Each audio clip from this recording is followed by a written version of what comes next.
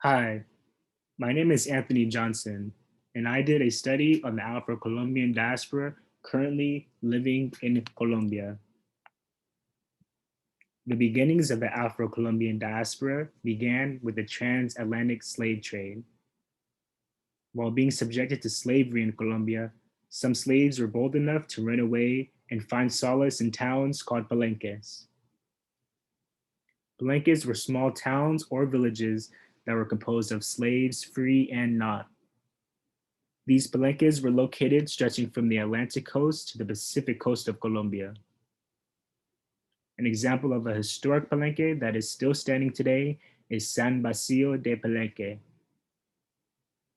Fast forwarding to today, and there are around 4.7 million people in Colombia that identify as Afro Colombian.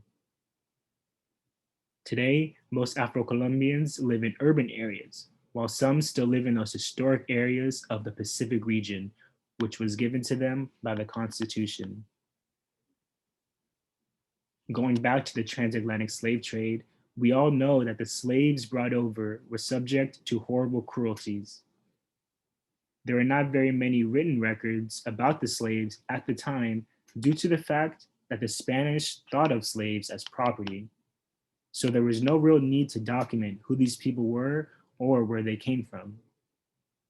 But due to extensive research, it is now known that these slaves were brought over from the regions in Africa that contained Sierra Leone, Mina, and Angola and Congo.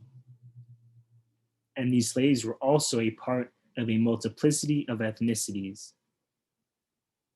An interesting piece of information regarding the jobs that the slaves did was the fact that the Spanish and Portuguese would have slaves come with them on their expeditions to the New World. These slaves were called Negrolandio and grew up speaking the colonizer's language. Another jobs that slaves were subjected to was gold mining.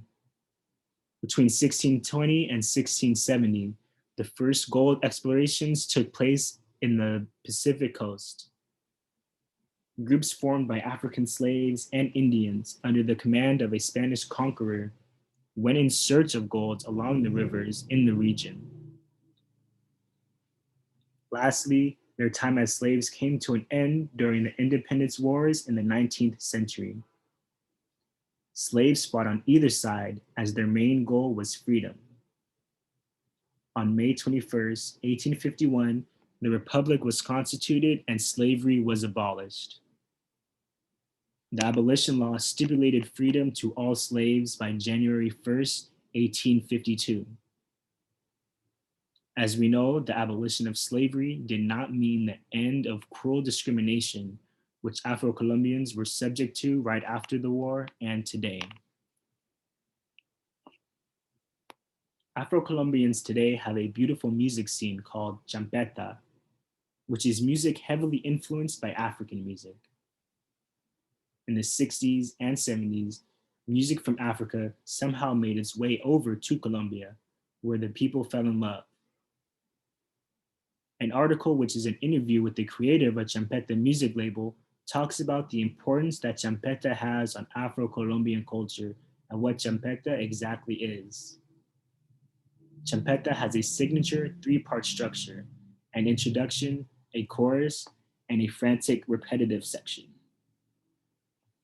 The interviewee also mentions that at the core of champeta was both African and punk, and serves as musical and cultural liberation for Afro Colombians. This ties in with another movie from Colombia called Somos Calentura. This movie depicts the life of Afro Colombians living in the Pacific region of Colombia. The movie details how Afro Colombian youth find power in music and dance to overcome being abandoned and exposed to violence. The director of the movie also mentioned that the movie changes the narrative on how we see Afro Colombians within Colombia and how the world sees them as Latin Americans. They also mentioned that they believe the Afro Colombian youth would feel empowered and very proud of being portrayed as who they really are.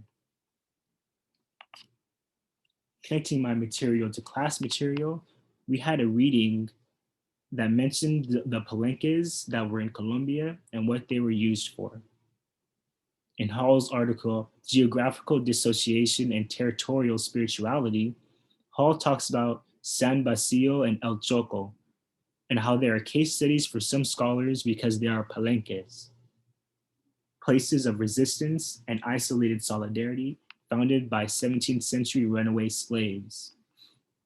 As we know, these palenques are still standing today and are still inhabited by mainly Afro Colombians.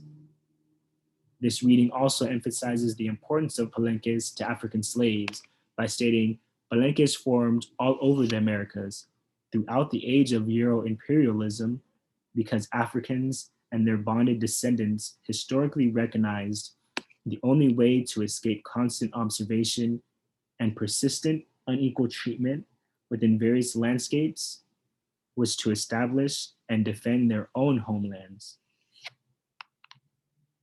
Another reading that I felt connected to my information was from Iron Man and Culture and the Transmission of Memory.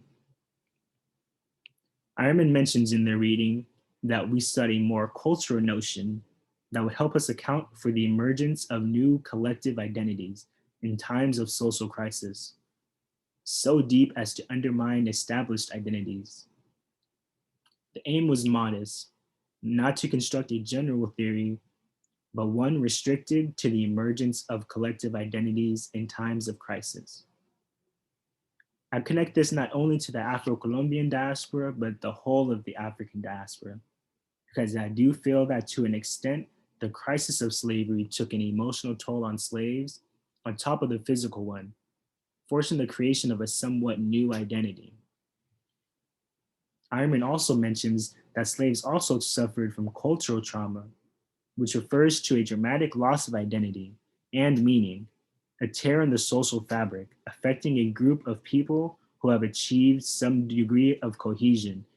In this sense, the trauma need not necessarily be felt by everyone in a group or have been directly experienced by any or all. A research topic that I had in mind was the topic of education and studying if there are any differences in the level of education received in the different regions of Colombia.